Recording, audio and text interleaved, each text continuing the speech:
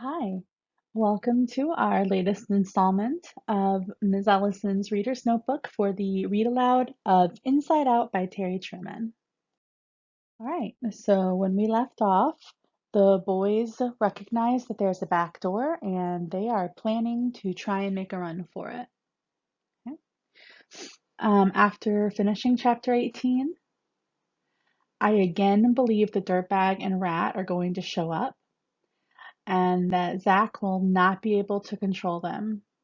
And that's based on the memory moment that I was seeing last time, where Dr. Curtis was telling Zach that he can fight these guys. He doesn't have to do what they say.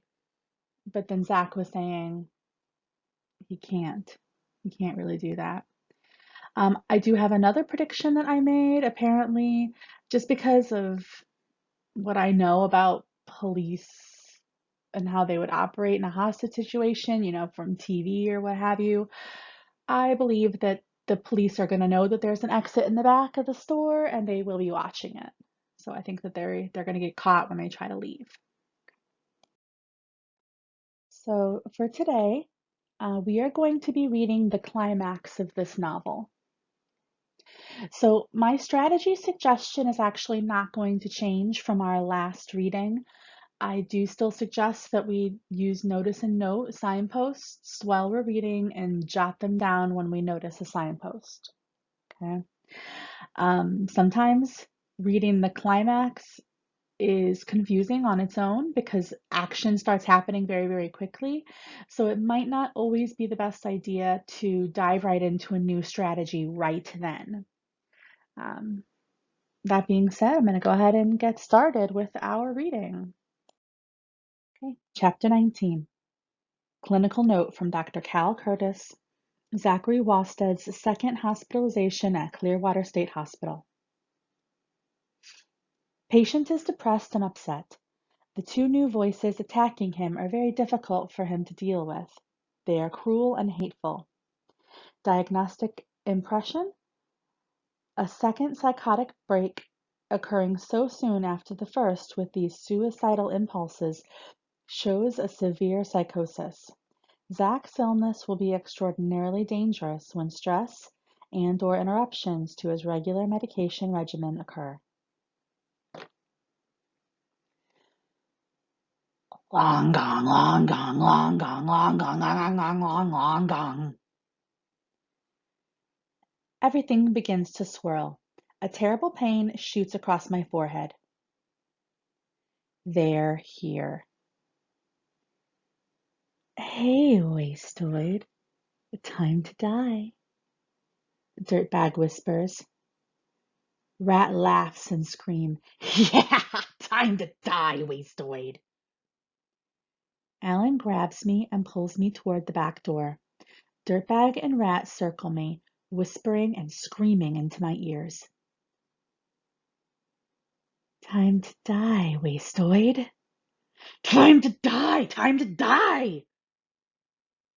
Are you ready, Zach? I nod. Talking hurts too much. We start out the back door. Alan first, now me, and Joey last. All of us bunched together. Alan and Joey are carrying their guns, holding them up like they could really shoot. The alley is dark. Alan whispers, "We'll move slowly until we know it's okay." "You'll die slowly." "Yes, finally! Die, die, die!" "If it's safe, if there aren't any cops, we'll run." "You can't run. You need to die." Yes! Yes! "It'll be all right if we stick together. The cops don't know who is who." "Kill the wastoid. Kill him good. So even if they see us, they won't shoot." "Shoot the wastoid! Finally, yes!" "Just stay close together." Dirtbag says in his horrible voice, "You know what we need here?" Rat screams, "Blood! blood! We need wastoid blood! As we take our next steps into the dark alley, I can barely open my eyes. The world is all black and red, and I feel sick. Die, die, die, die, die, die, die! You need to die, die, die, die, die, die, die! Dirtbag says softly, "You know you're worthless, wastoid. You know you are nothing. Worm shit. A dead nothing. Less than nothing. You are shit. You gotta end it all." Rat laughs, screaming, "Yes, yes, yes, end it all!" Right now, this second, I want to end it all. Once and for all, end it all. My body feels like it's on fire. I force my eyes open and see my reflection in the window of the door. Flames lick my face and my eyeballs melt down my cheeks. I quickly close my eyes again. When I force them open and look back at Joey, slimy bugs crawl out of his nose and ears, and when he opens his mouth to scream, his lips peel back and start to swallow him. My head feels like it's cracking in two. God, make it stop. I shake all over, trying to catch a breath. Sweat pours from under my arms and down my chest and back. My tongue is thick. I hear nothing but the voices of Dirtbag and Rat. I'm like a bug stuck on a pin. "Stop there!" a voice yells at us from the darkness. I look up and see a man dressed in black. He's holding a rifle. Is he Dirtbag? Rat? I've never seen them before. Maybe they're not just voices. My God, maybe they're real. "Halt!" the voice yells again. Now another figure comes around the corner of the building, also dressed in black, his rifle at his shoulder. He yells, "Back up, position 2." Alan and Joey swing around quickly and race toward the coffee shop. "Halt!" "Kill them! Slaughter them all! Kill them! Kill them!" Alan and Joey race back through the door. I am alone. My head feels like it's splitting open. "Kill him! Kill him! Kill him!" "Freeze or I'll shoot." "Shoot?" "Wait, is he the hostage boy or the one of the perps?" "Who cares? Shoot him." "Kill him!" "I don't know." "Kill him now." "Does he have a weapon?" "I can't tell." "Hold your fire." "No! Fire! Fire!" I think yes. Please fire. Once and for all. Please fire. Fire! Fire! Fire! A second later, someone grabs my shirt and pulls me from behind. Dirtbag and Rat are ripping me down to hell. I'm too weak to fight. I stumble backward, letting myself go. There's a sharp cracking sound and a bright blast of red and blue. I hear someone cry out in pain. My eyes are still closed tight. I can't tell where I am. Now I'm falling into a chair. My head hurts so bad that I think it might explode for real. When Dirtbag and Rat have me like this, all I can do is hold on and wait for them to go away. But I'm afraid that one day maybe they won't leave. "Zach," I hear a voice calling to me. "Zach," the voice says again. I force my eyes open, squinting to keep the pain away. I see Alan's face. I hear Joey's voice somewhere, calling Alan's name. Joey sounds afraid. "Zach." Alan's lips move and I hear my name again. "Are you okay?" I try to answer, but my words won't come. Joey keeps calling to Alan over and over, but Alan keeps asking, Zach, are you all right? He looks real scared and pale. I manage to say, okay, softly. Alan says, you're okay? You're okay? I nod and realize that I'm telling the truth. As fast as they can, as fast as they came, Dirtbag and Rat are gone now. I feel a cold, wet spot on my chin where I've been drooling. The top of my shirt is wet from drool too. My armpits and chest and the back of my shirt are soaked through with sweat. I feel like I might puke. My eyes sting, like hot needles are being pulled out of them. My skin feels raw. Alan yells at me. What the hell were you doing, Zach? You kept yelling, die, die, die. Were you trying to get yourself killed?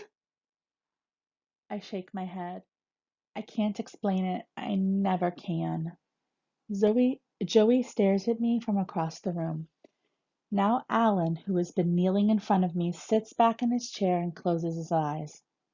When he opens them, he looks down at the floor. As I follow his eyes, at first I think I'm still seeing things. But now I realize why Joey is so scared. There is blood everywhere. Bright red blood splatters all across the floor. Chapter 20. Letter from Dr. Cal Curtis to Miss Emily Wasted. Zach's prognosis, truthfully, is not good. Schizophrenia is incurable. While medication increases a patient's ability to function, Zach is unlikely to ever achieve full self-care skills. I am sorry, of course, to have to report this, but to inform you otherwise would be unfair and inaccurate.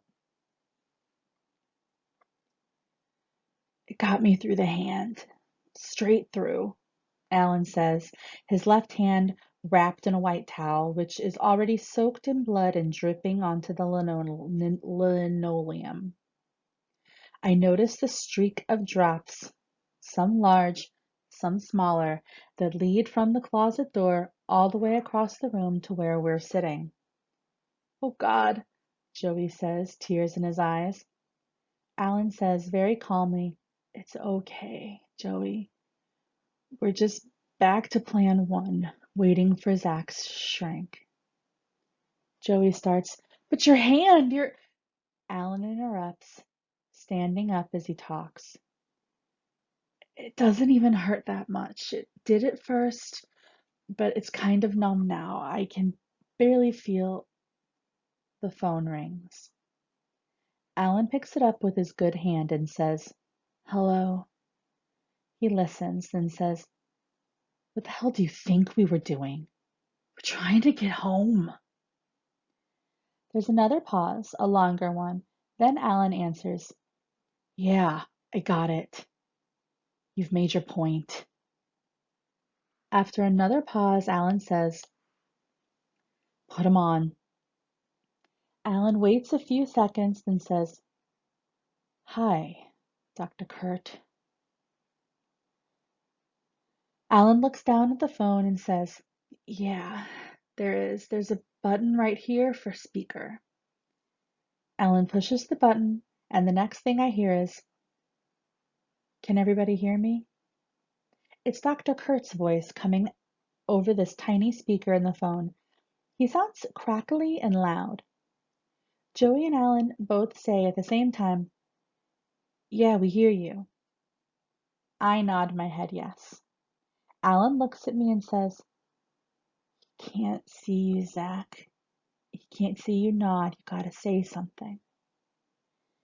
Dr. Kurt says, hi, Zach. How are you? I answer him, I'm okay.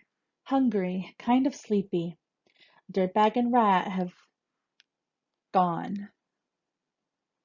He asks, have they visited you? I say, yes.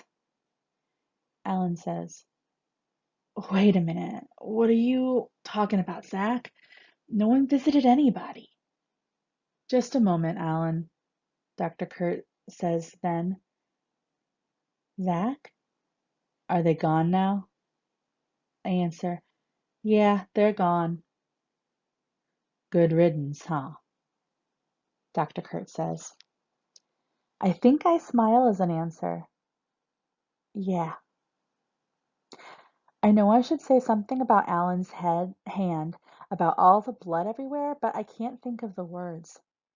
Dr. Kurt says, the police won't let us go in there, Zach, but we're going to get you out and get you your medicine as soon as we can, okay? Okay, I say. Alan says, Dr. Kurt, if you just look at the promises they've made, we want to get Zach out of here too. We all want to get out of here. Alan's voice sounds weak. He's breathing fast and his words sound more like little grunts. Dr. Kurt says, I'll read their agreement right away. Then give me a few minutes to talk to the police and I'll call you back, all right? Okay, Alan says. Before Alan hangs up, I ask, does he know about the guns, Alan? Dr. Kurt hears what I'm saying over the speakerphone and says, what about the guns? I start to answer, do you know about the bullets and the... Alan interrupts me. We'll tell him everything in a few minutes, okay, Zach? While he's talking, he puts his pointer finger of his good hand up to his lips in a signal for me to be quiet. You know how people always do that? Put that finger up in front of their lips like they could stop the words from coming out of their mouths? This never makes any sense to me because it's always the other person they want to stop from talking. So how does putting their own finger in front of their own mouth do that? Still, since I know what that signal means, I shut up.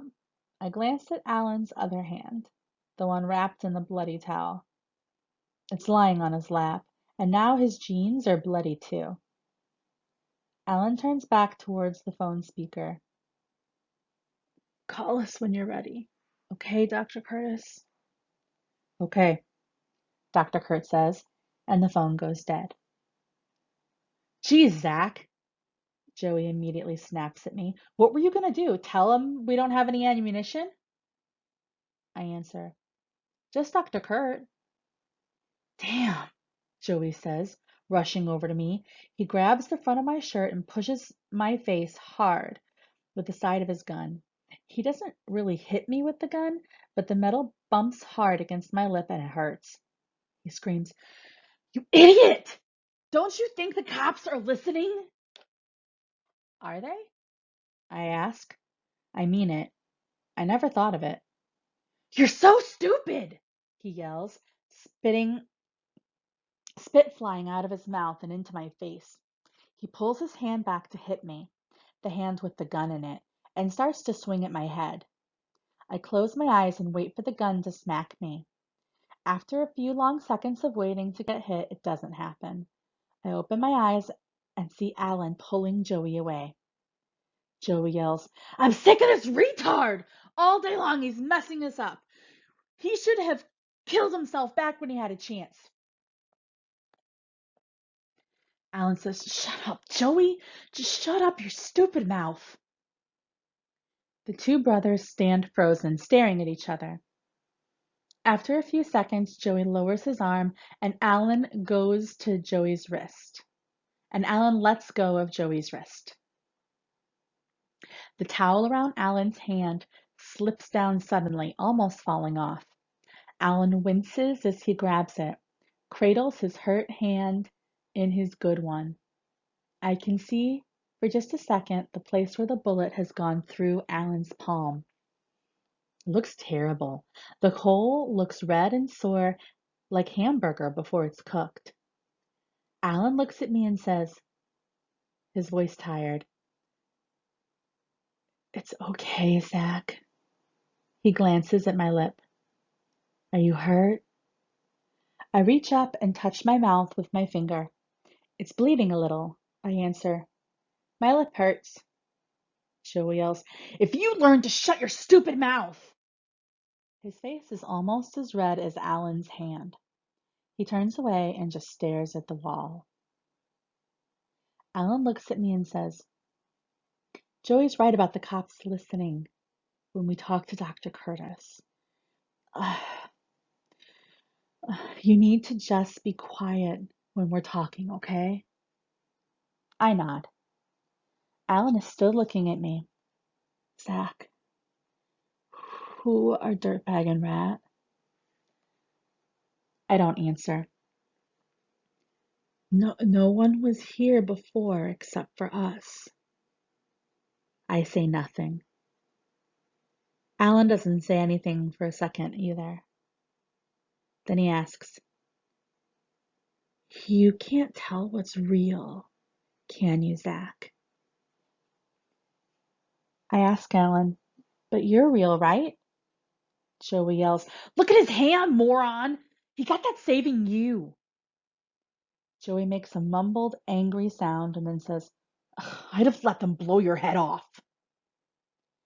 Alan ignores Joey and says to me, "Yeah, Zach, I'm real."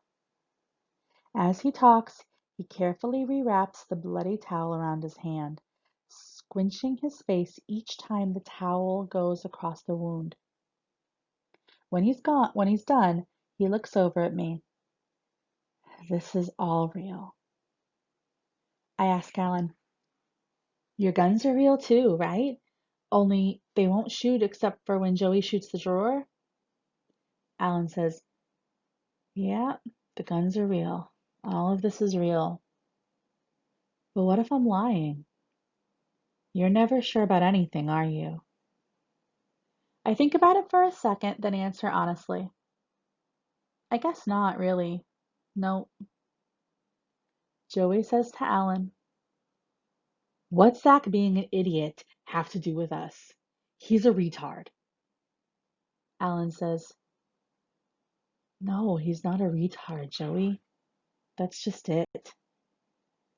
Alan pauses a second, thinking, then says, "Zach's brain is all upside down and inside out. But he's not a retard." Joey interrupts, "Retard. Crazy. What's the difference? He messed us up all day." Alan sighs. He looks at me as he walks over to Joey. "Listen," Alan says to him. "We're in trouble here. I know that. But we'll get out of it sooner or later. Zach is never going to get out of what's happening to him. Man, I'd rather be us any day." And that's where we're going to stop for today's reading. All right, so I almost did not think that we were going to find a signpost in that section. However, right at the end there, we did identify, or I identified, an aha moment. And again, an aha moment are these moments where suddenly a character learns something that they did not know before. Or also, sometimes the reader realizes something that they did not know before. And it's got to be kind of a big moment. Like they can't say, "Oh, I remember I lost my pencil in class." That's not an aha moment. But this definitely is, where Alan realizes that Zach doesn't know for sure what is real and what is not. So I've identified a few of the moments that kind of made me know that this was an aha moment. First, Zach on the phone mentioned to Dr. Kurt that Dirtbag and Rat had been there and left. And after the call, Alan says, "Zach, who are Dirtbag and Rat?" He then says, "You can't tell what's real, can you, Zach?" And then he says later to his brother about what's going on with Zach, he says, "Okay, we are in trouble here. I know that. But we'll get out of it sooner or later. Zach is never going to get out of what's happening to him. Man, I'd rather be us any day. And I think that is a very intense thing to say because these two boys are going to go to jail of some kind, maybe a juvenile detention center, could be an adult prison, depending on what agreement has been worked out with the police. Um, this is a very intense, very scary situation for these young men, and he is saying he'd rather have his problem right now than Zach's any day. It's a big deal. Okay, so during this time when we're having this aha moment, we also have a title mention. And the title of this book is Inside Out, right? And Alan says during this aha moment that Zach's brain is all upside down and inside out. Okay, so that's a title mention. And whenever that happens in a book, it is important for you to stop, pause, and think about why the author chose to use that phrase and what significance this moment has for the title of the book. Because if the book is called Inside Out, well, why? The rest of this book has nothing to do with Inside Out. What is the author trying to say right now? So what I want to do, and what you should do when this happens in your books, is I'm going to think about what the character was meaning when they said it, first of all, and then I'm going to try and identify what the author might have been thinking, why they might have said this. So first, Alan is realizing why things are so awful for Zach. It's because, quote, his brain is upside down and inside out. And I feel like the author might be trying to help the reader to think about how people all have their own issues. And we can't really know whether someone might be dealing with something that's unimaginable. And largely that's true of Alan and Joey. They have no idea really what's been going on in Zach's brain. None at all. Like, he's been saying some things that they have thought were a little weird. Joey has thought that maybe he's stupid or something like that. We, the reader, we know all of Zach's thoughts. So we know that he's thinking some people maybe are zombies, and he's getting confused and feeling like he has bugs on him. These are things that we know because we have all of his thoughts, and we also have all of the notes from like the hospitals and the letters and things like that. We can also hear the voices inside his head. We can imagine all of this, but picture yourself as Alan or Joey.